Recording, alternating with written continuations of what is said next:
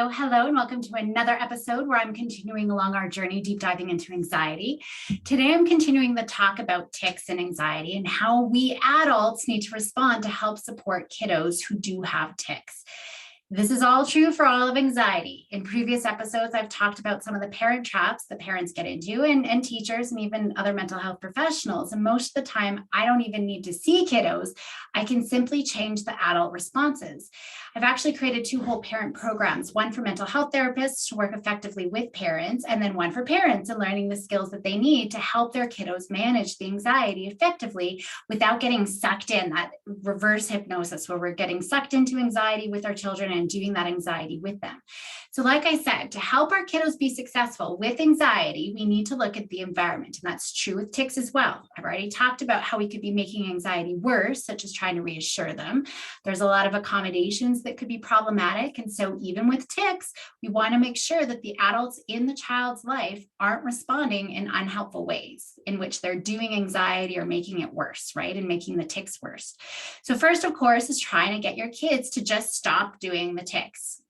You can't do it, right? I see parents who give everything from the subtlest shake of the head to actually grabbing their kids' hands to stop them, bringing attention to the tics. It's only going to make them bigger. See, obviously it's a big deal because we're making it attention. We're just giving it more power, right? The more attention we give it. So because we're giving it attention, and we could also be reinforcing the story that this is bad, which just adds fuel to the fire. So now any reassuring that we do on the one hand to getting angry or frustrated on the other, it's only going to worsen them and likely increase our kiddos' shame as well. And then the more they're trying to say, don't do it, don't do it, don't do it, it's going to happen, right? It's like our brain, it's got that ironic processing. As soon as it hears don't, oh, let's put all of our attention on it, right? So don't think of your left hand. Whatever you do, don't think of your left hand. Your brain is going to go to that left hand. And so the more they try not to think about it and not do it, it's actually going to stress them out more and contribute to more tics. And guess what? That's exactly what anxiety wants. That's exactly what the tics want. They want to talk about it, right? They want to draw attention to it. So what's the opposite? We ignore them. We pretend the tics aren't even happening in the first place. They're not even bugging us at all, right? And so it's going to be important to get others on board too. Siblings can be big jerkazoids, right? So if siblings or classmates, if anyone's commenting or teasing or bringing any attention to them at all, we have to try to get them on board with the ignoring train, right? Once you create a plan to do the opposite, we can see if there's a place to have others encourage the competing response to what we're going to be doing. And so too, it's important for all adults to watch what they're saying in front of the kids, even if they think their kiddos aren't quite in earshot. We really got to be careful. I see parents who maybe are apologizing to their kids. They're saying, sorry, pass this on. They're feeling so guilty or anything that they have done to make their kids feel worse, right? That's only going to serve to worsen the tics as well. And of course, parents are going to feel the guilt and the sadness and the frustration. That's totally normal. It's okay, but we just want to make sure that we're not putting that on the kids and they're not hearing and seeing those big emotions around their tics so that they're just feeling even worse about them, right? So that's a huge piece. So we want to make sure we're creating this environment. We might need to coach everyone around the child to remain calm, not make it a big deal, right? So sometimes we're getting parents to work together to stay calm, especially if it's super annoying sorts of tics. And during COVID, I saw all sorts of problematic tics, especially with licking stuff. It can be a problem, right? But we got to make sure we're all getting on the same page to respond in really helpful ways. And sometimes having conversations with others like family members, grandparents, other parents even, or teachers, even if you're a mental health professional who's seeing a family, those emotional conversations really need to wait so we're not making the kiddos feel bad. So they're not hearing any big emotions around the tics. Obviously, we want to talk about emotions and vulnerability, but this is not one of those things that we want to have big emotions around, right? Of course, they can be there when we're making a plan. It's just the negativity, right? All of those negative emotions and big emotions that get wrapped up that need to be addressed. I have a whole module in my anxiety compass that I've created on how to create the right environment to be an effective emotion coach. And that's exactly what needs to happen here with our kiddos, right? We're being encouraging. We are safe. We're supporting them. As they're learning to manage OCD or tics or whatever it is, we are there unconditionally. That's going to be a big important piece of this, but we're not accommodating, right? And that's also including things like making tasks easier, because that can happen sometimes. Or if we see things that can help reduce tics, we're going to, try to do those things. It can be really problematic that we're doing that. So yes, some things might actually be a little bit harder when we're ticking, but we need to maintain the same expectations for kiddos. So we're not going to be accommodating those, whether or not they have the tics. So maybe they just need to have more movement breaks from their work. That's fine if we're doing those things, but the expectation is still the same.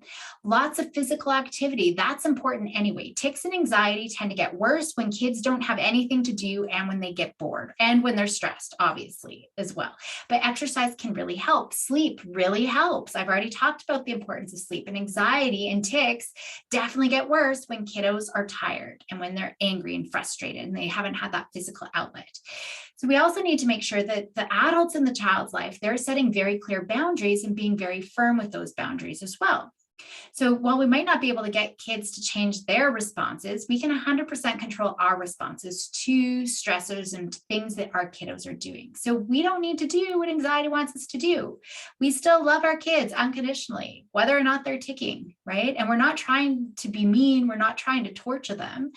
But we can validate, oh, but I know it's so hard for you, right? I know this is so hard for you, especially if they're beating themselves up. Why do I tic? Why am I doing these things, right? And we got to let them know that our job is to make them stronger, not their anxiety stronger when we're looking at some of accommodation. So we're not going to let the anxiety and the tics run our family anymore.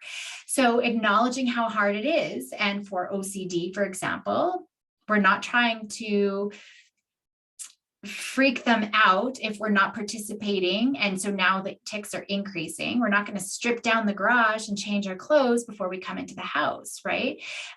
Or really just acknowledging, oh man, that worry gremlin, it really wants you to believe that something's going to jump out of the toilet, but I'm not going to let that gremlin get stronger. So I'm not going to go into the bathroom and check everything and pour anti-toilet monster powder into the toilet for you. I'm not going to check under your bed or check your homework or call the teacher or whatever else it is that anxiety wants you to do, even if that means you're trying to suppress the tics, right? So we got to be careful that we're not actually making anxiety. It doesn't matter if we're talking about tics or anxiety, any of those types of accommodations can be really problematic. So yes, the first time you try to implement these limits, it's going to lead to tantrums. It's going to lead to more tics. It's going to lead to behavioral outbursts for sure. But kids are actually going to be relieved that you're doing this once you're consistent, and you realize that it don't matter how much they fight. You're not going to do what anxiety wants you to do. And like I said, it's really important that all the key players in the child's life are on board. I really have meetings regularly with the kiddo, with the family, with teachers to create a plan to make sure we're all on the same page. We're all using the same language, that we're all helping the child get stronger, not their anxiety, right? And it's not about the tics, it's about the anxiety. And that we're going to do what anxiety wants us to do, no more. And it's really easy when we look at OCD to get caught up in their rituals. So think about what are other people in the child's life doing that they wouldn't be doing if not for anxiety? Are people checking all the locks in the house, right? Are they checking for themselves? Are they modeling OCD behaviors? That's got to be the first priority that's got to get under control. So it might come out really subtly, like making kids wash their hands a second time because you don't think it was good enough. And I talked about this in previous episodes where one kiss goodbye can all of a sudden be 10 kisses goodbye, right? And perfectly placed on the cheek. Otherwise, we have to start the whole ritual to start again. And then that's a problem. Do kids need to get their own plate from the cabinet because they're worried that germs are going to get on it if somebody else grabs it? Do they need to wipe down their seat before they sit down? Are people giving lots of reassurance because reassurance becomes an OCD behavior? So too does needing to admit to things that they were thinking about, so sort of getting absolved for their sins, right? It's only when everyone else is doing what the child wants them to do, what anxiety wants them to do, when we can start changing those things, start to refusing to do what anxiety wants us to do, refusing what the child's anxiety wants to do, then we have a real shot at managing it. They have a real shot at managing it, right? And they have to by then anyways, if we're going to stop some of those accommodations. The only other thing that I think that I should mention here is that it's hard work for them. So we need to make sure we're rewarding that brain for doing something different. So reinforcing is really important, right? Some kiddos benefit from simple praise for working so hard, acknowledging that this is really hard to manage this anxiety and the associated tics that are coming with it. That's okay. Sometimes we need to sweeten the deal a little bit, right? Some kids bonus screen time or going somewhere fun or just playing a game that they wouldn't normally get to play with. And as a surprise, that can be really helpful.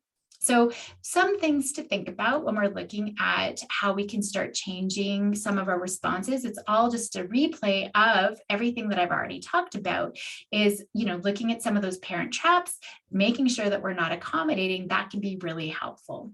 So thank you for joining me today, and I will see you next time.